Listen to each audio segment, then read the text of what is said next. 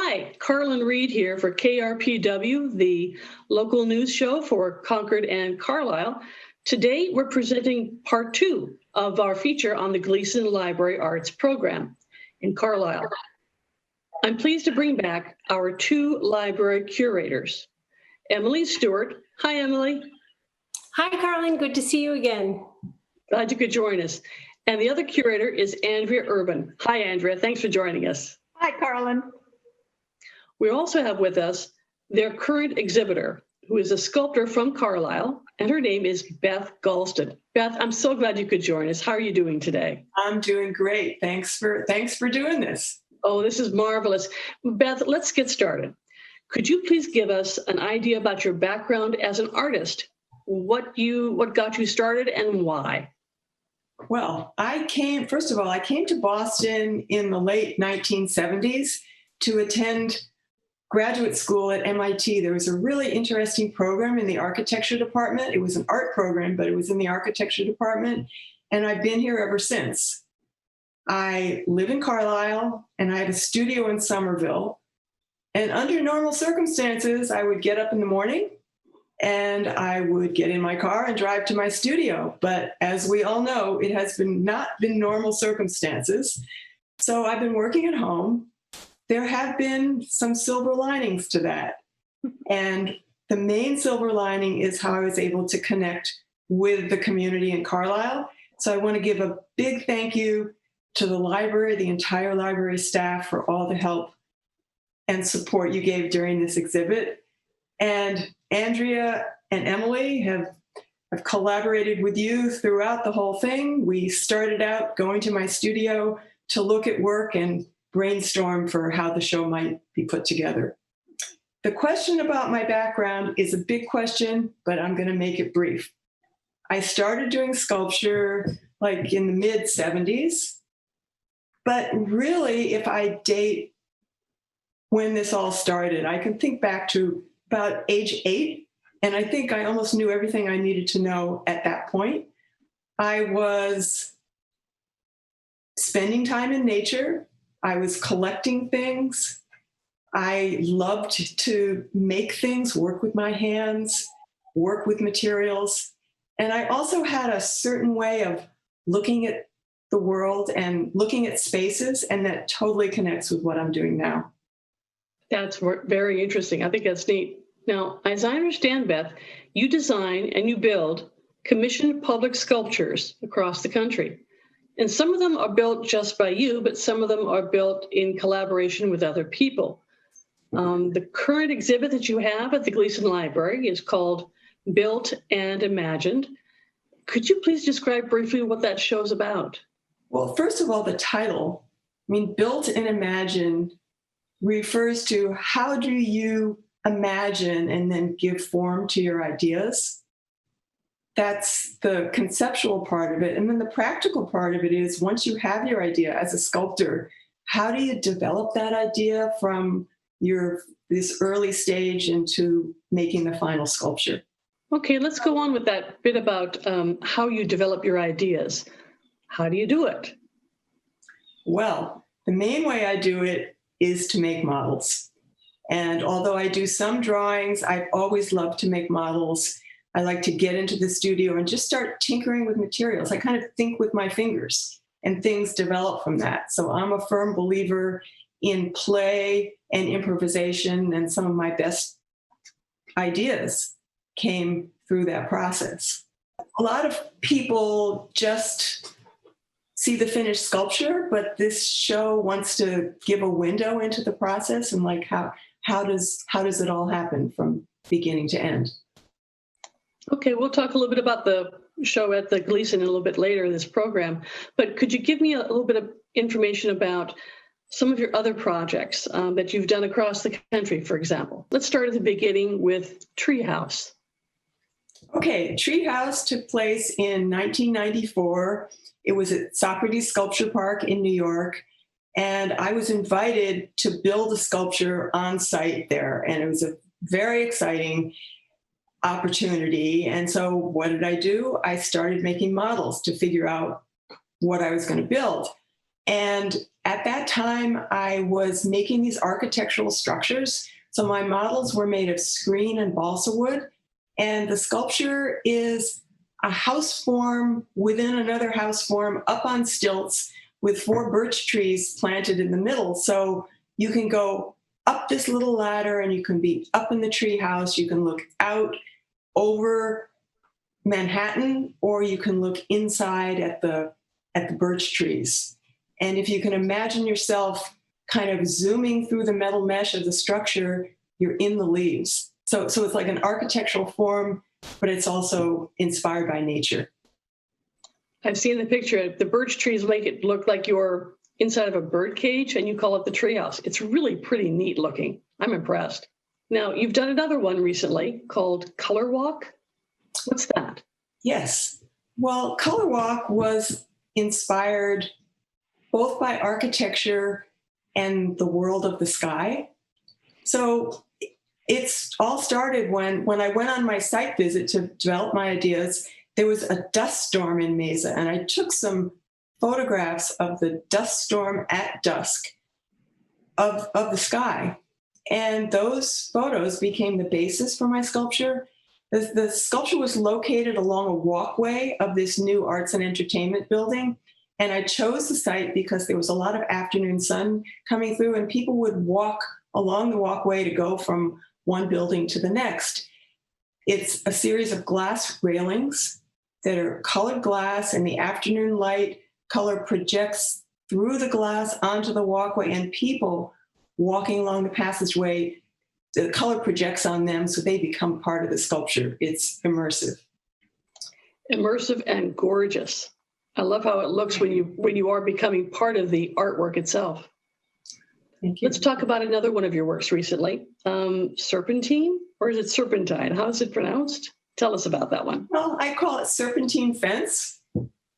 Well, that project was a 3-way collaboration between the city of Boston, who was renovating a park in Jamaica Plain, the landscape architect they hired to work on the project, and then the fabricator, who I found after I had made the concept and after I discovered that no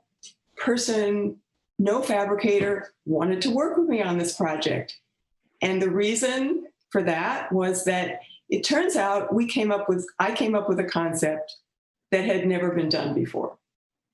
So the basic idea was, and you can see it in the show, there are lots of models of screening and wire and wood, that you take chain link, which is an ordinary material, and make it do something extraordinary. That is, instead of stretching it straight, you stretch it around these posts, and all the posts are at angles. None of them are straight like in a normal fence. And then at the top and the bottom, there are these serpentine rails. So you stretch the chain link tightly around that structure, and it creates a billowing form. So that's why it's called Serpentine Fence. And of course, as the light changes throughout the day, it alters in how it looks. It looks purple. A purple fence? It is purple. And actually, I happen to be wearing purple today. It is my favorite color. You know, I'm not a good colorist, and it took me months of testing. I would go to the site. At home, it was like kind of Alice in Wonderland when she's painting the roses red. So I would paint a color on the chain link. I'd bring it to the site and take a look. I tried red, I tried green, I tried blue, nothing worked. And finally, a friend of mine suggested purple. And I read somewhere that purple is like, it combines the tranquility of blue and the excitement of red. So I loved that idea, and it seemed to really fit with JP. So that's, and depending on the lighting, you can go by the fence and it hardly looks purple at all. And then if the sun's hitting it from another angle, it's like really purple. Well, it is dynamic, and I love the way it looks. Now, you've talked to us about some of your outdoor sculptures. Let's talk about some of your indoor projects. What have you done recently? Well, there are 2 recently. I'll talk about the first one. And in Nashville, we're now in 2013. It's It's called the Music City Center in Nashville, and I was hired to build a sculpture for an indoor walkway at that building, which is one of the main entryways. So it being Nashville, I decided on a musical theme.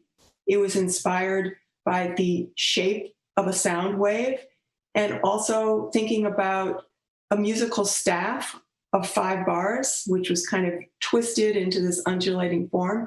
So there are these sets of 5 undulating aluminum pipe forms, and on them are these, I'll call them musical notes. They're LED elements that don't make music. They create light, and then there's a computer control to control the lights, and I call it kind of a visual melody as you walk down the corridor. The lights move and create rhythms to accompany you down the corridor. I don't know if you know this, but I've actually seen your installation when I was in Nashville. And I remember saying, oh, that's pretty cool. That's pretty neat. I didn't realize that you had done that. So thank you for decorating Nashville that way. It's a really neat sculpture. I like it a lot. Well, thank you. And it's great that you got to see it. You know, a lot of people, more people have seen that one, I think, than many others, maybe because of the location. And that makes sense. Okay, let's talk about something a little different. You've mentioned before that you're interested in and you're inspired by the natural world. Have you done any works that more directly reflect this interest in nature? Yes, the project that came out after Soundwave, it was close on its heels in 2014. It's called Prairie Grass, and it was in San Antonio, Texas. And at the time, I was inspired. I don't know if you've ever looked in a field of wild grasses, and when the wind blows, this amazing rippling energy across the field. And if you look closely at wild grasses, the seed, you have a stalk, a very slender stalk, and then at the end, the seed pods, if you look really closely, it's actually tapered. The end is tapered so that there are these seeds are bigger and they get to smaller at the end.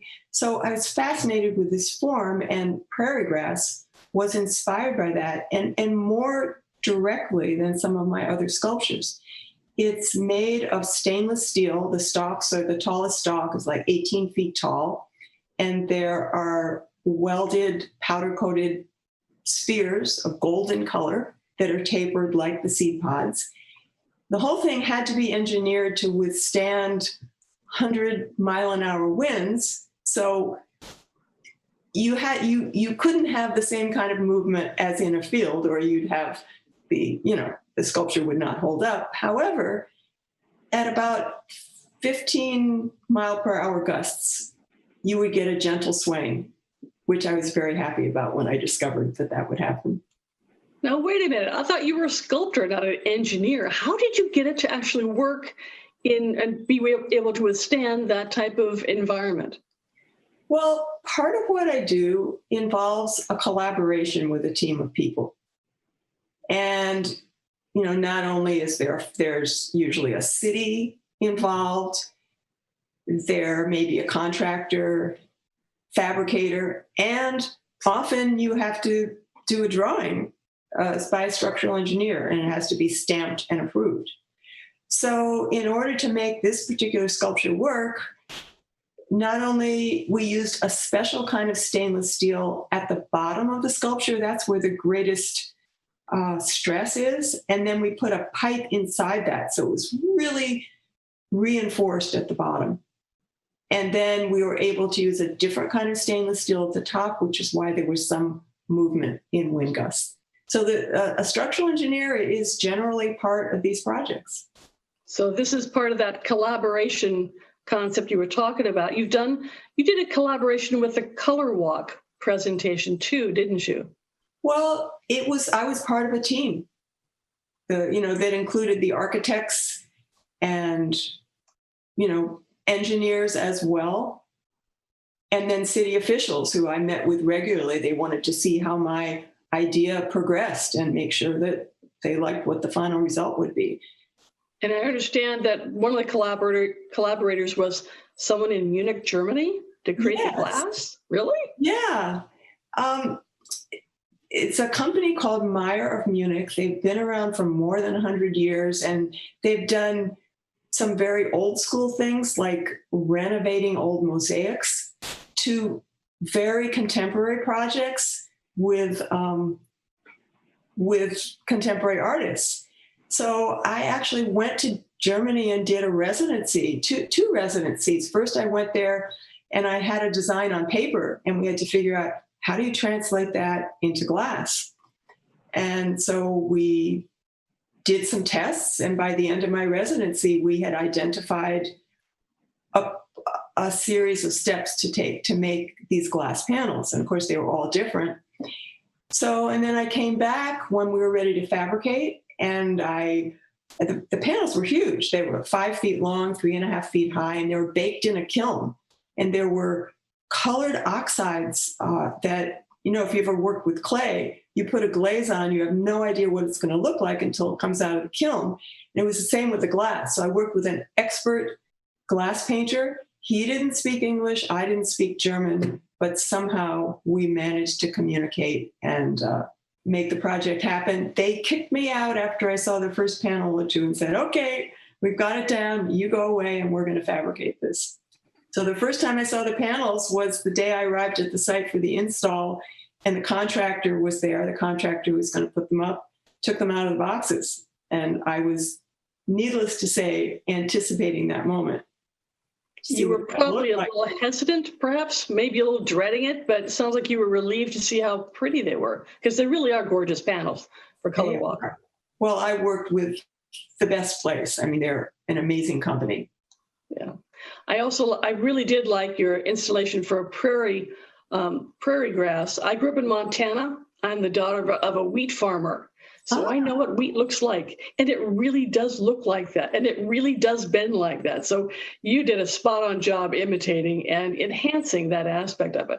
So Prairie Grass is one of my favorite pieces that you have on display at this point. Interesting. Thank you. But I also have to notice that I really did like what you have on display at the Gleason Library.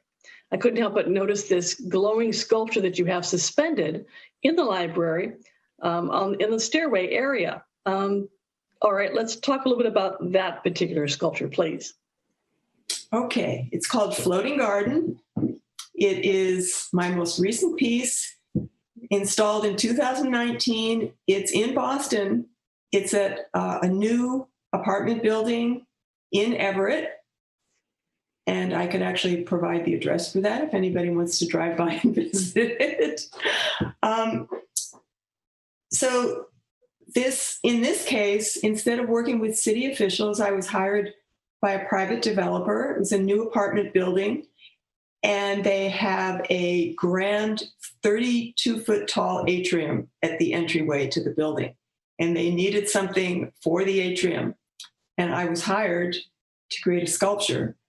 And the process is similar to what I have described previously. In order to show the developer what my ideas were, I made models. I wanted to get a sense of what the forms looked like, what the massing looked like. I needed to bid on it, so I wanted to have a sense of how many elements, what the materials would cost. And then, unlike most of my other sculptures where it was fabricated by someone else, in this case, I did most of the fabrication actually in my studio in Carlisle, and we moved the cars out of the garage, and it was during the wintertime, and as I fabricated things, we hung them up in the garage. So it was the most intensive 9-month period from design to fabrication. It started in June of 2018, and it was installed in February of 2019. So it's made of acorn cap forms. I actually I have a fascination with acorn caps. So I took this acorn cap form, scaled it up. There were a series of sizes ranging from 4 to 6 inches. I made molds of them, and then I worked with a wonderful mold maker and caster to cast these acorn caps in a translucent resin.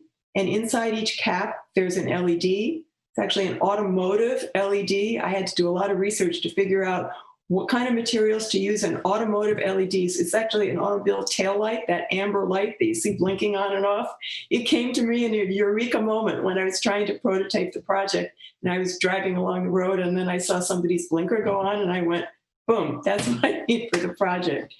And then there are undulating copper forms, and it was suggested to me I might want to work with refrigeration tubing.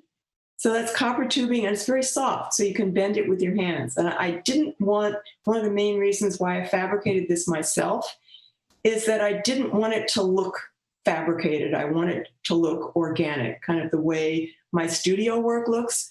So I was able to use my hands and a torch. And, I had to learn some new techniques, but basically it was rather low tech, and I was able to make it look organic and as if it was growing, which was one of my intents. It's a really neat piece. Now, what's being shown at the Gleason, was it part of the original installation in Everett, or was it a model for it, or how did you happen to pick that particular segment for display? Well, when I made the sculpture, you want to be prepared when you go to the install, and maybe one of the elements. There are 21 similar forms. They're all different, but they're similar in the sculpture. I made an extra one just in case. So I happened to have that extra element. And when Andrea and Emily came to my studio and I lit it up for them, I thought, well, let's hang that in the Gleason to give an idea of what the finished product is like. Even though, I don't consider that a finished product because it's not the whole piece, but it is, a representative element from that. And then right nearby, there's a big display case, and there are two different models I made. One was at the very beginning to convince the contractor that he should hire me. And the second one was just before install. I made a model of the space. If you see the exhibit, there's a little stairway and a little cardboard person looking down on the sculpture. So I wanted to get a sense of where are we going to put it? How are we going to keep people from touching the sculpture? And there are lots of different things to think about. And then there are a few of the cast resin acorn caps. There's some of the copper tubing, and then a couple of little models of the shapes. So it was fun to be able to show the final piece, a part of it, and then the process along the way, which is getting back to that original idea of built and imagined, how I envisioned it, and then what happened along the way to make the sculpture what it is. Well, you're showing me that being a sculptor is a very complex process. It requires imagination, and engineering skills, collaboration skills, but most importantly, insight and an idea, a creative idea. Now, you've worked with other media besides copper and resin acorn molds. You've also done some other types of media. What else is being displayed at the Gleason Library? Well, there are works on paper on display. And until about 10 years ago, I got interested on instinct. I thought that I would like to do printmaking. It's a very kind of technical process, and often you use tools in it. And so there's a real direct connection between working as a sculptor for me and the way I make prints. For example, in the show, there are a series of prints. They're called drilled. And literally, that's how I make them. I have a copper plate, and I take my hand drill, use bits of various diameters, and I just start drilling into the plate. So it's really physical. It's like being a sculptor. And you end up, when you drill into the plate, you end up with these craters of different sizes. And when you ink the plate, when you're making the print, the craters, sometimes they catch the ink and sometimes they don't. So you end up with a pattern of these dots. Some of them are white, some of them are black. And the references are kind of cosmic, but whatever you see in them is what is there. They're abstract, but there is a celestial aspect to them through this process that I created. And they're, each plate is different, and each time you pull a print, it's different. So I like the variability and change to that. There's another series as well. Oh, okay. There are the leaf prints. And these, again, are a direct outgrowth of what I do as a sculptor. I've been collecting leaves for a long time. I mean, every autumn, I start collecting things. There's something about the process of things falling off the trees. I take a lot of walks in the woods, and I notice things, and I bring them back from my walks. It just so happens that this project also has a Carlisle connection.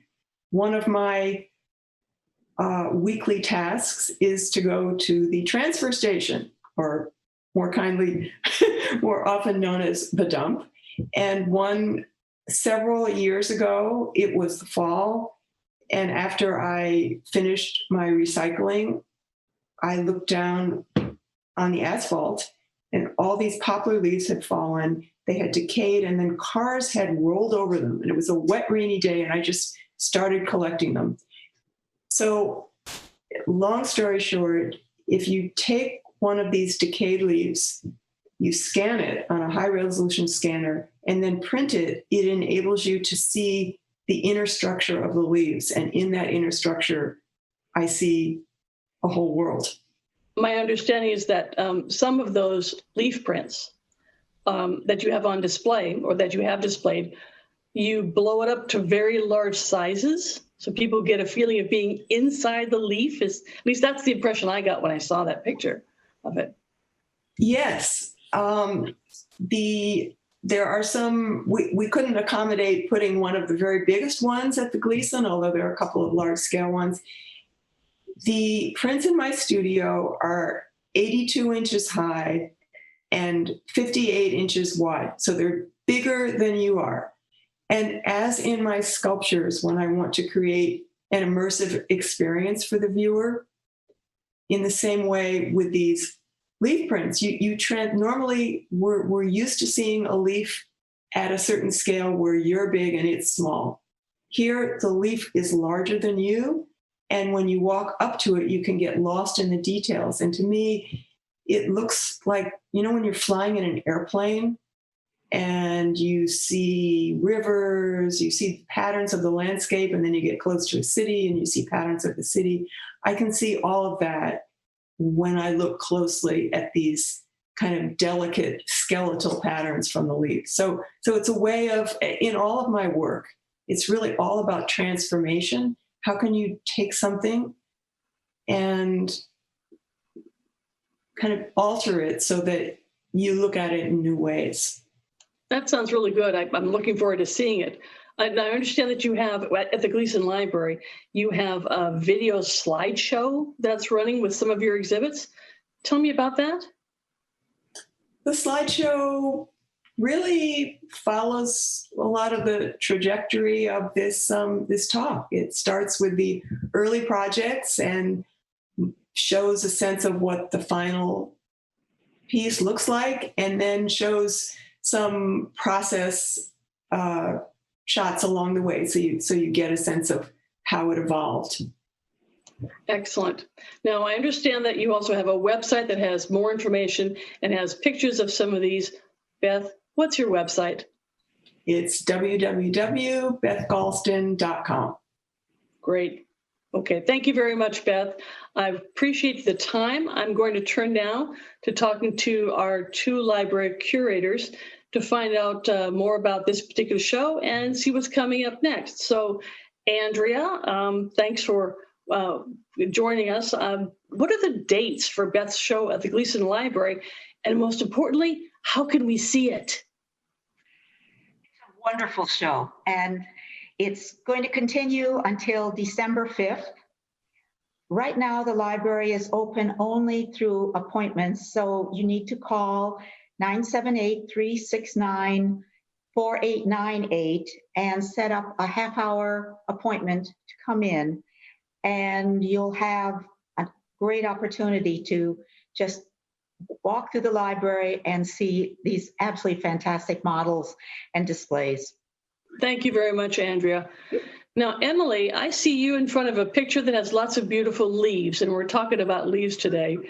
But can you tell me a little bit, Emily, about the next show at the Gleason Arts Program at the Gleason Library? Our next show is titled Celebrating Carlisle's Landscapes. And this is a joint show with the Carlisle Conservation Foundation, or CCF, and the Carlisle Artisans. And the dates for that show are January? Is that when it starts? January 9th through March 6th, 2021. Yeah, we're taking a little break after Beth's show comes down, and then we'll be installing the next one. Great. I can't wait to see it. It sounds like a really good project. Yeah. Okay, ladies, I want to thank you all three for your time today. It's been really interesting seeing this, doing the interview with you, Beth, and then learning about the next program and then learning about how to see Beth's exhibits. I want to thank you all. And for our viewers, again, I'm Karlen Reed, and this is for KRPW, your local news show for Concord and Carlisle, saying, go out and see this world. It's a great exhibit, especially the art. Thanks. Bye-bye.